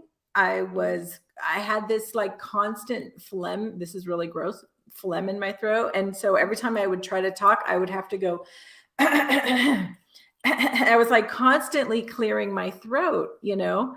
And so it was all about the throat chakra. And I thought it was really interesting the other day how you said that the throat space, the physical throat, is the same visual image of the yoni or the uterus, the womb. So can you talk about that a little bit? Because I haven't like gone into a deep meditation and like connected the two, but yes. So that's another alchemy. But I think it's really interesting that this is what went down, you know? Right. And I'm also recognizing that there's some people in here that I know that have had some thyroid things too going on, right? So it's all up here. And the thyroid is like this butterfly shape, and it's meant to, which is a beautiful thing because butterflies, they travel. A lot of them, I'm just talking about the monarchs, they're poisonous if you eat them, but they're also these very beautiful, powerful, metamorphic, like carry this metamorphic symbolism, right? Okay, so the shape of our throat, also the shape of the uterus, right? Like literally the throat shape. So just remember that everything that is separated is never meant to be separate. So when we experience, like, there's even a separation. This was actually one of the things that I went through, is I was like, oh, it's like I'm trying to protect this human, and I am feeling about a lot of grief because I couldn't protect her like 0 to 5 or like when I was younger, right? But it's not even that. It's like there's a divine human here that we have been separated from. Like we have this crystalline DNA, carbon DNA, like everything has been separate. When we look at the body, we're slicing it up and it's all separate. And we're not seeing the wholeness of it, and how our bodies are these divine orchestras that are constantly creating meaning in the world through the landscape. So we're constantly interacting with the landscape, moving with the landscape, and the landscape is responding to us, and we are meaning makers through our bodies. So when we become disconnected from our bodies, we start to become disconnected from our heart. When we're disconnected from our heart, we are not connected to our soul, and when we are not connected to our soul, we do not have free will. So we are, and when we're not connected to our soul, we're not connected to God. Right. And more we importantly, are separate, and we believe in this illusion, and we're buying all the vowels up for separation, right? So what happens is that in both men and women, the hara, the yoni, the womb space is this place where it is acceptable to be a dumping ground. And it's also, when we are born, we come through our mothers, not from them. And that is an amazing multidimensional portal, Stargate gateway that is open. Mhm. When you are giving birth, when you have a baby growing inside of you, that's what's happening. When we have ideas, they're frequently coming from our solar plexus. And really, and it's probably not going to make a lot of people happy, I don't believe in how I understand it, we're really not supposed to have chakras. I know everyone's going to freak out, but those are like an after thing. They're like, oh no, the divine human has become separate, but we still need the beings to, like, these humans to be connected. So we're going to install this chakra system that's a bunch of vortexes that are in the body to keep them connected. And then those started to become infiltrated, right? So there's going to be a point where children are going to be able to be born the way that they're supposed to be born, which is free from these chakra systems. And so to me, during this relationship part, we're here to reclaim our body parts, and all of these body parts need to be functioning and tuned just like an instrument in an orchestra, so that we can be this magnificent cosmic octave, or this sound that we naturally are, which is like the sound of like a snowflake, right? We all know every snowflake is a different shape, but it's like we're an Can you orchestra. Yes. can you go back to you said our chakras become infiltrated, like it's an automatic thing. Why did you say that? Because we have all of this wounding and our energy tanks, and it's easier for like the lower, it's like that's where a lot of the hooks come in, and they try and attack. I'm saying they. I want to get into like reptilian business, but anything, any sort of Lower negative, density beings, we'll call them that. yeah, lower density energies can, the word detain. Lower density energies can detain your natural frequency, keeping you from being able to automatically align in your nature to hold a state of coherency. Mhm. So, in the best way to do that is to unground you, to create static and to create non-resonant fields within your system. So what's important to remember is that when we're working with our subconscious, when we're not working with our subconscious, those energies are sending frequencies out. So somebody asked earlier, like, where do rogue thought forms come from? They are in the field because they're rogue thought forms, right? So anytime you get pissed at somebody and you just say something, or you're like, I want to kill you, because you have wild maniacal road rage, right? Like, I grew up in California. That was Tanette. Thank you, Tanette, for the question. Like, I have road rage, right? So I've healed that part of myself. But the Do point all is starseeds have road rage? Is that a starseed probably, because like we requirement? have to drive on a freeway instead of just appear and disappear and reappear somewhere else. Like, it's very You know what I frustrating. say all the time now, whenever we drive anywhere? It could be 20 minutes away, and I'm like, oh, this takes so long. This is Yeah, so yeah, slow. And my family's like, what's wrong with you, Mom? It's 10 minutes away. I'm like, it's too long. I can, it is. like, I I'm just ready feel to just like, yeah, I just want to pop and be there. Like, what is this driving rubber to the road business? Sorry for the it's okay. distraction. I agree with you. Carry on. So what happens is that we're sending frequencies from our subconscious out. So anytime we're trying to consciously co-create something, if you have something within your subconscious that has not healed within you, it is also sending out frequencies. So if Cheri's like, I want to be the most famous person in the world and have this incredible voice that everybody hears, if her if she has inner children that she's like, what inner children? That's not a thing. Then she has these inner children that are like, I can't be seen and I can't be heard. So those frequencies are also going out with the frequencies that are conscious of hers, and they are sending out energies. And we are always, the universe functions on frequency matching. So anytime we send a frequency out, it's going to attract similar frequencies. So I am not saying that if something traumatic happens to you, you called it in, it's your fault, you're an idiot. That's not it. It's an experience that you go through, and we're not going to get into capital T trauma stuff right now, but what I'm talking about is what is in your subconscious exists for multi-dimensional experiences, lifetimes, and this linear lifetime, right? So the dragons have been talking about forever, like, do the work, go into the subconscious, because there is a point, and this is what is so beautiful about these quantum frequencies that are coming in.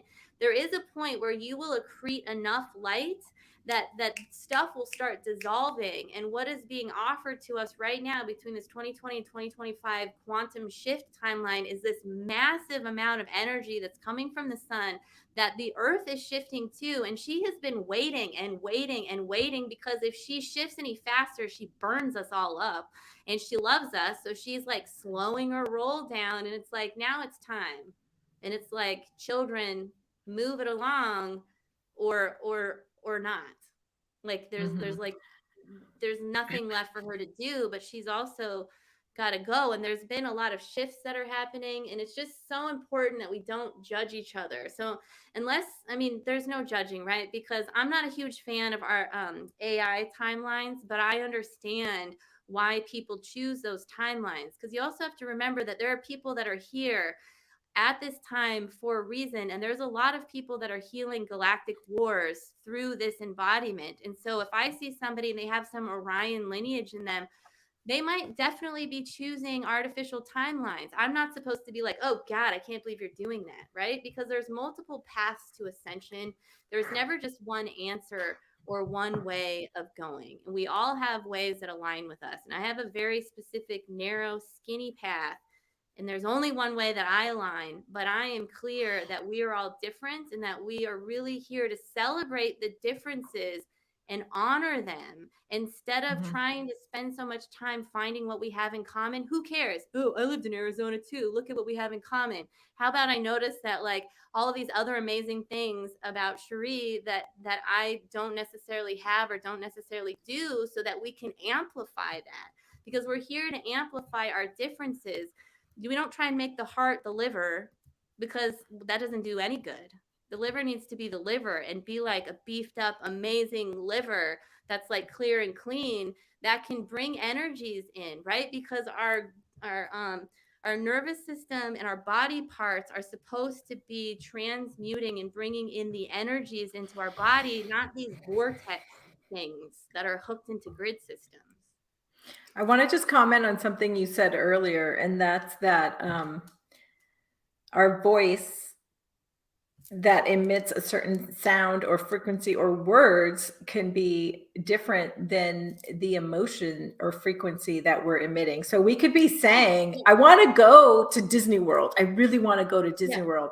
But your inner child is like, I don't want to go to Disney World. I remember the last time I was there and I almost drowned in the pool or whatever, or my parents left me alone by the pool. Yeah. You know, and so like your voice, your words may not align with the frequency of the words that are coming out. And so and your ego is like thinking, I want to go to Disney World, but your inner child's like, no, you don't really want, I don't really want to go to Disney World. And then like, maybe if you're attuned or you're aware or you're super hypersensitive to yourself, you might notice the disconnect, but not really be able to pinpoint it and be like, why am I feeling duplicitous, or what's the other word? Like opposite, like I'm feeling two different things, even though like I really want to go to Disney World, but there's a part of me that doesn't. And I find personally, I find myself saying, well, there's a part of me that wants this and there's a part of me that wants that, you know? And I think like if you can boil it down and really identify that part of yourself, is it an inner child that's wounded and has this trauma that never got dealt with? Then you can start to understand yourself and you can clear and heal that old wound, so that you can then go to Disney World. It's all about Disney World. Yeah. You know what I mean? So I thought that was like, you know, that's like such subtle work, right? Is like hearing the words that come out of your mouth, but also like feeling the frequency that's behind those words. And what are you really saying? You're a professional at this, right? For all of you that were raised by narcissists, you know that what they're saying is not what they mean. Like this is the empath. This is the gift of the empath and tuning in. You hear words Everything's fine. Mm-hmm. No, everything is not fine. Or what are you saying? Like, no. But the beautiful thing is, and if you can do this, when you're listening, if you can really like dial it in and just start practicing this, you will actually feel the energy a split second before the words arrive to you. And you know exactly what's going on. So what can be, okay, so what can be a couple of things, many things. Your voice responds, like your body responds to your voice. All of you responds to your voice more than anybody else's voices. So whenever we do the light language courses and the channeling courses, I always offer people this exercise to set an intention and to actually create your own light language or your own whatever I am statements or the things that you want, and record your own voice, because your body responds to your voice. That is the most powerful thing that will heal you. It's not anything outside of yourself. We have been so trained to give our power over to everything. Men totally divorced from their emotions, so then they end up getting married and they're in relationships and they're like, okay, wife or spouse or partner or whoever, like I am divorced from my emotions, not their fault, totally in the program. So now the wife, person, partners, male, I don't, whoever is the feminine frequency in the relationship, it becomes their responsibility to process the emotions in the relationship. And that's not what we're supposed to be doing. We're supposed to be working on ourselves. And the beauty of being in a high vibrational relationship is that you own your own stuff, and this other person is with you, reflecting the divine to you, not the shadow.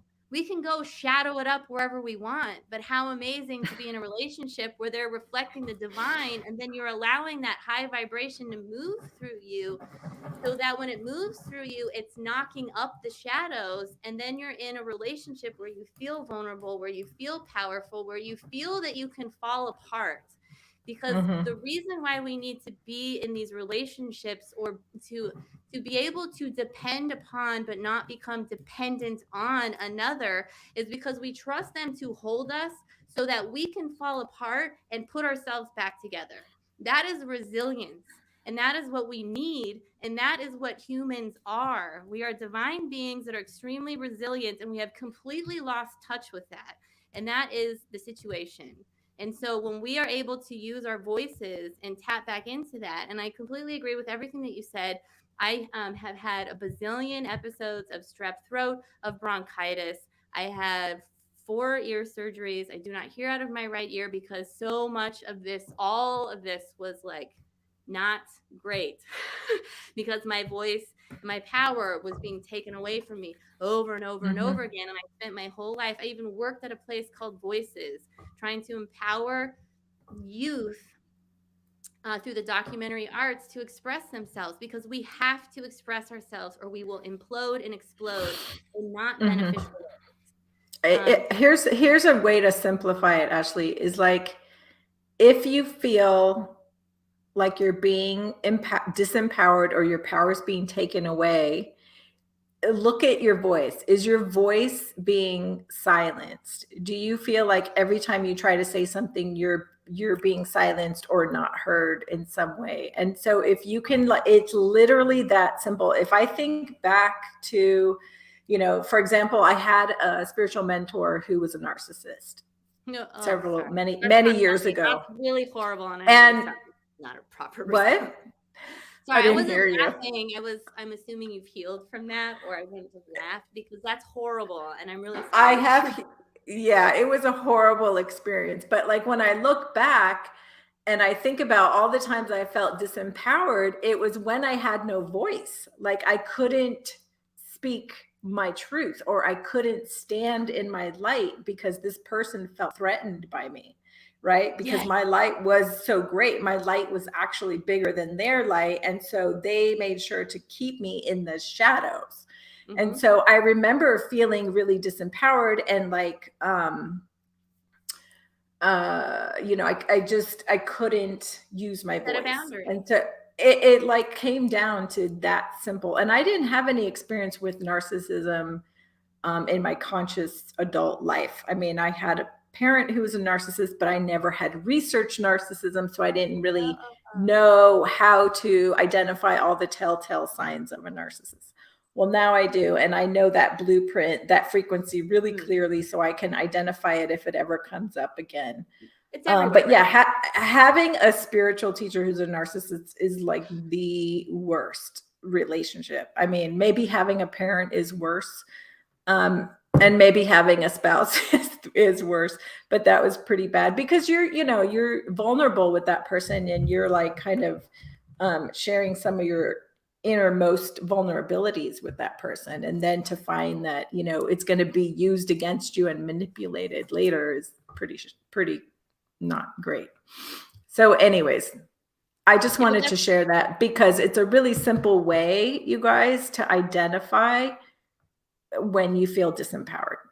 And also and where it's coming from. Your throat when it starts to close up, if you start coughing, and how your breath shifts, right? Because if you're around somebody that has anxiety, or maybe you're feeling anxiety, you're not breathing all the way down. You're breathing like in this short, like, and then your throat sounds smaller. It like literally becomes smaller, and you're like, it's like closed. It's more closed. So I'm so in touch with my voice now that like I was leaving you a voice message the other day, and I said like a sentence or a couple words, and I felt my throat muscles go like they literally contracted on the word like reptilian or whatever it was. It was like some lower vibrational word, and I literally felt my throat close up.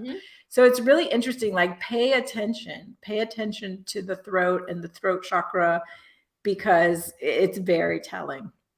Yeah, the whole body. Like anytime something the whole body for sure. Hurts, like these are patterns that are running in our system, and our body is constantly and always communicating with us. So it's yes, I agree. Shivi is asking, are you taking personal questions about career? I'm not sure who you're asking, but Ashley says no. I think we're like sticking to the sort of unless it's like a collective question, sort of. Is that somebody you know? No. Okay. So if you can be more specific, I don't think we really know what kind of question you want to ask, but if you can be more specific and if it relates to the topic, I think we would definitely take it. Because we only have like 6 minutes left too. So the other thing is, because you asked me about, so one of the ways, if you're in a high vibrational relationship right now, and you there are reflexology points in the yoni and in the lingam, and yes, I'm talking about lingam yoni connecting in this moment, so I apologize, but these reflexology points are matched up to be like a connection point.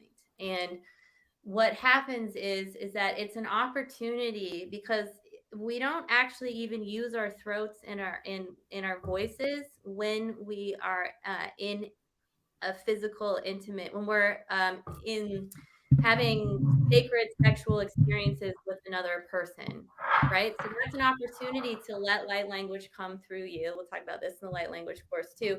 To let light language come through you, to allow yourself to allow sounds to come through your throat, because you're activating at a physical level another part of you, both for the male and the female that are involved in this. And when you are able to engage in sexual sacred experiences like this, what you're doing is you're not only offering healing for each other, but you're also shifting the morphic field, which is allowing others to do the same. Like it's contributing to it. So when Cheri does something, and I feel like a lot of Starseeds are here for this, right? Like when Cheri has an experience with the guru and she transmutes that and heals it, she then makes it easier for others to maybe be more aware when they go into these guru, because the age of the guru is dead, right? If you're with anybody and they're disempowering you, red flag, because anybody that you're working with, in my opinion, and this was the most freeing thing, and I got it right in the beginning, which released me from like everything, is it's not about you. And I was just like, ugh. Thank goodness, because I don't want it to be about me, right? I want to be able to help and empower, because the more of us that are empowered, just the better, even if we're empowered to do different things, because there's a lot of things that I don't want to do and that I'm not here for. So if I can help you to step into your power, then you can go do the thing that you're supposed to do, so that I can keep focusing on the thing that I'm supposed to do, and we can all be doing the being. Like, we are the being. Like, do the being. You are the being, and let that be the doing, or the whatevering, right? I want So to go back to the voice because I want to add childbirth to that sexual yes, union thing that you were talking about. I think that do it. the voice through childbirth is huge and super important. And I remember like one of my good friends was like telling the story of how when she was in labor, she just did ohms like the whole time, you know, like as the contractions would come and as she was like feeling the movement through her body and the, you know how it comes in like phases, she would just like like with every push or every yeah, which is so beautiful, you know, because like you just think of like women screaming, but actually it's a release that needs to happen and it's totally in alignment with the womb. Right, because you're allowing So your body's natural intelligence to come through for each mhm, specific person, and it also is going to include what the baby wants too, because we mhm, bring children, like, these high vibrationals. Like, there are so many birth traumas, and because we're in these cold, sterile environments, like, we've lost this whole connection to bringing children in, and then the child is like ripped away from the mother so they can do whatever they're doing to it. And it's just like, allow, like, you each have these beautiful, incredible, sacred sounds that are within you, and they might not sound like mhm. other people's, and that's exactly how it's supposed to be, because you are your own unique sound. That just reminded me that during my dark night of the soul area, I had an in utero memory. Like I had a dream of myself being in the womb and it all came back. And I know this happened. It was 100% real. And I'll share this story. It's super powerful and it's super personal. So, because I'm like overcoming vulnerability, I'm going to share this story. I'm excited. So excited about this. I'm gonna meet. So I had this recall of being in the womb, right? And a trauma happened and to my mother. And I believe that it was my father, and I believe that she got physically hurt and abused by him while I was in utero. And I remember this sinking feeling of like, ah, it was like all the hope, all the love, all the light just went out. And I said to myself, dang, you know, like I knew humanity was still in this primitive place, but I didn't think it was going to be this bad. And I just remember like losing all hope for humanity, losing all hope for where we were in the evolution of humanity, because here I am, a star seed coming through, like, oh, I'm going to go to Earth and I'm going to help with the ascension and I'm going to be, you know, spread my light to everybody and blah, blah, blah. But here I'm in the womb, like this little innocent thing. And I had that experience and it was so black. It was so dark. It was like all the love and all the light and all the hope went out of me for all of humanity, not for me, not for my mother, not for my father. It was for all humanity. It was so big. It was like bigger than me. And then in the dream, fast forward, I was with a babysitter who in the dream was reptilian, which is really funny. She had like yellow glowing eyes. But she showed me so much kindness. She held me, and I remember looking at her and going, you're giving me hope that humanity's not that bad. Like she gave me hope that okay, it wasn't that bad and humanity was kind of like it was going to be okay. But before that it was like all hope was lost. Like it was such a powerful dream and all of that happened and it really like validated something for me. You know, it validated being a star seed. It validated coming here with a star seed mission to do work that's bigger than me and to help with humanity's evolution. And it was like when you get to your job and your boss goes, here, here's a big pile of papers, and you're like, oh, I can't believe I got this big job ahead of me. Like that was the feeling that I had in that dream. It was so powerful. So again, tying in with the womb, I think that was pretty awesome. So thanks for letting me share that. Quick question. How do you know she was a reptilian? It was just an inner knowing that I had in the dream. Yeah. I was like, reptilian or dragon or reptilian? I'm just wondering. I'm not saying it couldn't have been a reptilian, because there's a lot of reptilians that are here to shift that consciousness too, right? Like they're not everything is all bad, not everything is all good. So we have to free ourselves from that. So there's a lot of reptilians that are that's an amazing experience. What happens in the womb is huge. Yeah. I mean, that's a theory that I keep hearing, that not all of them are bad. And I have seen some evidence of that. But for me personally, like the jury's still out on that one. Oh, yeah. We don't hang out. Not you and I. We don't hang out. So I'm not like, spending my weekend. We don't hang out.